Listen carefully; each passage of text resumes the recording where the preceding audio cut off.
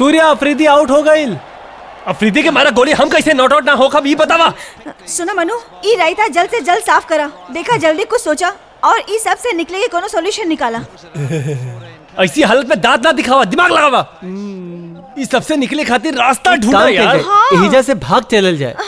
भैया के भी अबे आवे के रहल जा सकेला जौन हा वही में रहे के पड़ी।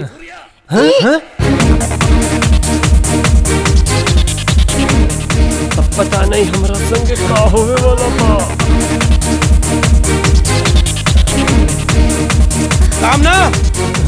कामना आईनी हमार वॉच देखले बड़ा। ए मनु तू हमके का पता, आप तक कबो दिखौली ना।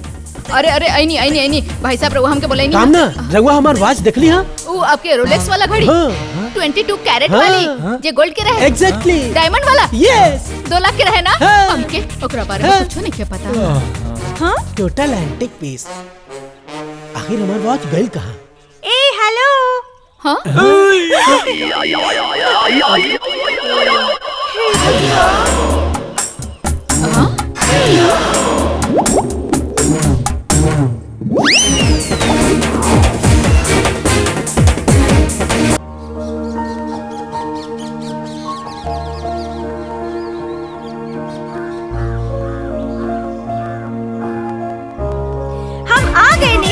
बारे में डैड के भी बता देनी। हम बहुत खुश पड़े। एयरपोर्ट से डायरेक्ट आ रहे हैं। हम तोरा के बहुत मिस करत रहनी। अरे तोरा अंदर शर्म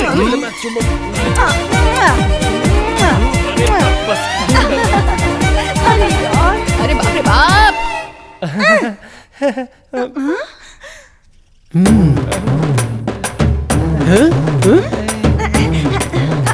भैया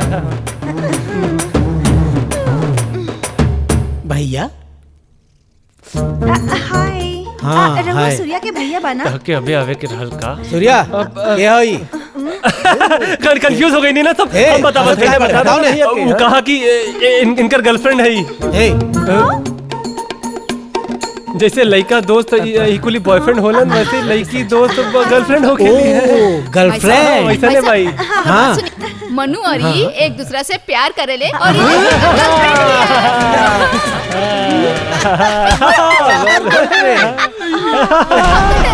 थोड़ा देर खातिर ये के भी आओ ना और बहन हां बहन है। ए गुड्डे नाम का दिया दिया दिया दिया दिया तो मनु का गर्लफ्रेंड है फिर सूर्या के गले का। अब हमार म्यूजिक कंपटीशन होने वाला बा। ओकरे में छोट से ड्रामा भी रखले बानी। क्लाइमेक्स में जाइला के बाद सब कुछ नॉर्मल हो जाला और रही जा भी सब कुछ नॉर्मल हो जाएगा। हां बिल्कुल सही। ड्रामा में का असर बात करता रे और रिहर्सल करते टाइम भी सब कुछ कितना ओरिजिनल लागत रहे ना। बदमाश कहीं के और मारे के चाहिए। अच्छा सुना अपन एक्सप्रेशन थोड़ा कम रखल करा। दिया एक्टिंग करे खातिर सिर्फ 2 ही तरीका होला। भगवान अब और का संभाले के पड़ी। फर्स्ट शिवाजी जैसन।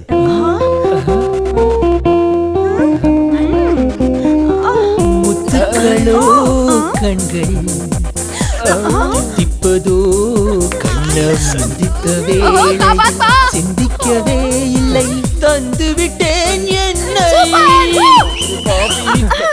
दूसरा टाइप हमार नामचीन एक्टर NTR।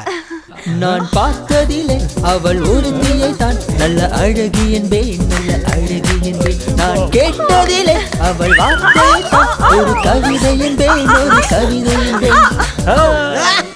ओहो सुपर भाई साहब सुपर। अच्छा रहा भैया सुपर। थैंक यू सुपर भाई साहब। ये सब याद रखिए यू विल गेट सक्सेस। हमरा के इतना भी एक्टिंग के शौक नहीं है। अब एक्टिंग में पार्ट ले ले बाड़ू तो इतना तक करे के पड़ी ना। भाई साहब के फोन गला काहे पकड़ता रू। हमरा समझ में नहीं। धीरे धीरे अरे धीरे हम बतावत है त के भैया की नजरों में तू दोनों की अदला बदली हो गई बा। भैया की नजरों में सूर्या की बीवी या तू दिया हो। का बोलत रह तू। भगवान खातिर तनका अगर चुप हो जा तू प्लीज। तू का सूर्या एकरा में हो रहल बा। गलती नहीं खे। ई दोनों हमरा के मजबूर कैलक। हां कि ना। अरे केहू बताई कि सब का चलता। अरे सब कुछ बता दूंगा प्लीज। अभी चुप रहो बता दूंगा प्रॉमिस बता दूंगा प्रॉमिस। भाई के सामने तू लोग झूठ बोलना ना। अगर हम उनके सच ना बताए नहीं तो हमारा नाम भी बदल दिया। अरे यार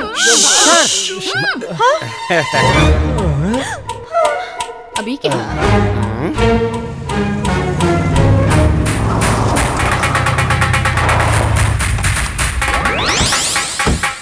कमान मूव। विनायक सर कहाँ बड़े? भैया घर में लेके हाँ चला चला जल्दी से घर खाली करो। सुन चिरको, हाँ भैया। सब सामान भीतर लेके आ जाओ। ए रुका रुका, कौन सा सामान है? हमार सामान जौन हमेशा रखे खातिर लेके आयल यहाँ बानी पे सामान कहाँ बुझले। रखा भाई? यहाँ अरे संभाल के पागल हो। अरे अब हिने आए हसीब भाई, भैया के दिमाग के इलाज होता अबे डॉक्टर हॉस्पिटल से आयल बाड़े। ओ दिमाग के इलाज करे खातिर रह जाइल बा। तई डॉक्टर इतना सवाल हमरा से काहे करता? हम कैसे से इंतजार करते रहनी। Oh shit. ए तू लोग घर के अंदर कैसे आ गेला? मना के ले लेना। चला चला निकला। हमरा बात पागल से बात करे के समय नहीं खे। दिमाग के इलाज अगर ऐसा डॉक्टर से करवाई बार तो और पागल हो जाएगा। अरे तू डॉक्टर कब बन अरे ऐसा कैसे इलाज करत बड़ा कि इनकर दिमागी हालत ठीक ना भइल। ई डॉक्टर नहीं वकील। अरे कहाँ उलझ गई भाई? हमनी अपन सामान कहाँ रखल जाई पहले ओकरा बारे में हमरा के बताई। यहाँ पे हमार सोफा रही, वहाँ पे हमार टीवी रही और घरे के बाहर बाथरूम रही। हाँ सब नीतू यहाँ आवा। का बात करता नहीं सर? इ नीतू ना दिया दिया। उत्तमन भैया का बात करता? हम नीतू हई।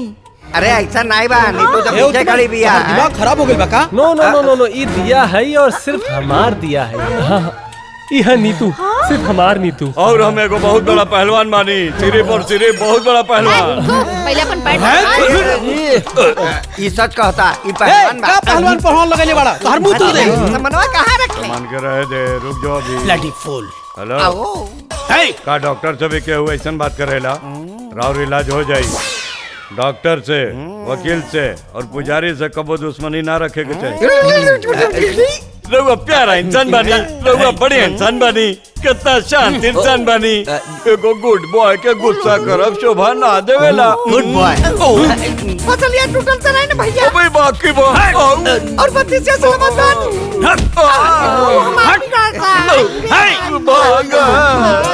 यहाँ पे सब पागल हो गए बड़ा। इनका इतना गुस्सा क्या है भाई? भैया हम अपन सेफ्टी खातिर ताके सब सच बता देवे चाहता नहीं। एक के ओइजा एकरा साथे रहे के चाहिए, लेकिन एकरा साथे ही रह रहल बा। हमार बात तो सुनी। अरे चला चलो अंदर चला। हम नीतू के ही देख ले रहनी। विनायकर सर के कुछ गलत फहमी हो गई। याद आ गई? हाँ याद आ गई बा। मतलब इहो याद है। सच बतावा तनी, मलेशिया से आते वक्त हम बहुत खुश रहनी। मलेशिया से तू उड़ के आयल बाड़ू, हो जा फ्लाइट ना मिलल। मजाक मत करा। नीतू प्लीज, हमके कौनो शौक नहीं किया सब करे के। उ तो परिस्थिति ऐसा हो गई है कि करे के पड़ता। शुक्र मनावा कि हम दोनों तोहर साथ ना छोड़नी। एके तो कुछो समझ में ना आवता था कि जाए के है तो जा, हमके अकेला मत बोला भाई। ई केहू खातिर इतना आसान सिचुएशन नहीं खे। एके सिर्फ अंतरात्मा से ही समझल जा सकेला। हो सकेला समय के साथ साथ कोई ना कोई रास्ता मिल ही जाए, और ऐसा भी हो सकेला कि सब कुछ जल्दी ठीक हो जाए। कुछ हो सकेला भाई, और का होई? आपन बकवास आपन पास रखा। सारे फसाद के जड़ ये है। नीतू हमरा के करे के पड़ल। तोहरा गईला के बाद ही सब प्रॉब्लम भइल। भैया के फोन आ गइल और उनकरा के भी अभी यहाँ आवे के रहे। सब कुछ ऐसा हो गइल ना, ओकरे में एगो कुक भी आ गई नी और ओकरा के हमार शुक्र करा हम उनके यहाँ बुला ले हैं, वरना तहार का होत बोला। अरे बकवास बंद करा। अब हमनी के ई सोचे के चाहिए कि ऐसे कैसे बाहर निकल जाई। सोचे के पड़ी। ई बार जे भी सोचबा अच्छा ही सोचिया, फिर हम सबके मत फंसा दिया। समझ ला। ई यहाँ खड़ा होके हमनी के फोकट के टेंशन देता। हाँ तो हमके तो बहुत मजा आवता ना तहके ऐसा देख के। हम बचपने से बहुत तेज बानी। दुनिया में जितना भी प्रॉब्लम बाना उ सब के सोल्यूशन हमरे पास है। हाँ पता है। वो देखा भूतनी आवतिया। तू सब लोग जा बाहर काहे खड़ा बड़ा? हमके तू लोग से एगो बात कहे के बा। आज हम स्पेशल खाना बनावे जा रहल बनी, ओकरा खातिर तोहर लोग के मदद चाहिए। चला किचन में। हम कोनो मदद ना जायदा। सारा दिन इधर से उधर घूमत रहनी, शर्म नहीं खियावत? सूर्य हमारे पास आवा इधर। तू इतना भड़क रहला तो भैया से हमके खाना बनावे वाले की तरह मिलवाइला है का? बोला तू बतावा सच। ना ना तेकरा से का किचन में आके हमार मदद करे। हमरा के अंगुली मत दिखावा। अरे अरे छोटकी बहन, ज्यादा गुस्सा कइल अच्छा बात नहीं थे। वो दिन जवन तू चाय बनैले रहू ना, वो हमके अभी ले याद बा। Don't talk to her, she is cultureless. अरे छोड़ भी दो। Excuse me, my new words. हमके इंग्लिश ना बहुत अच्छा से समझ में आवेला। I know all languages. हम सारा भाषा के जानीला। चाहे तो हम तरह के सुना सकता नहीं। अगर हमारे हाथ के खाना चाहिए तो अच्छा तरह से पेश आवा। और हाँ तू दोनों, if you want to have some tea, please come and help me. Follow me. बड़ा आईली come and help me। देखा बहुत हो गई लेकर बकवास झेलत। अब फाइनली हमरा के कुछ ना कुछ तक करे ही के पड़ी। पर कइल का जाए?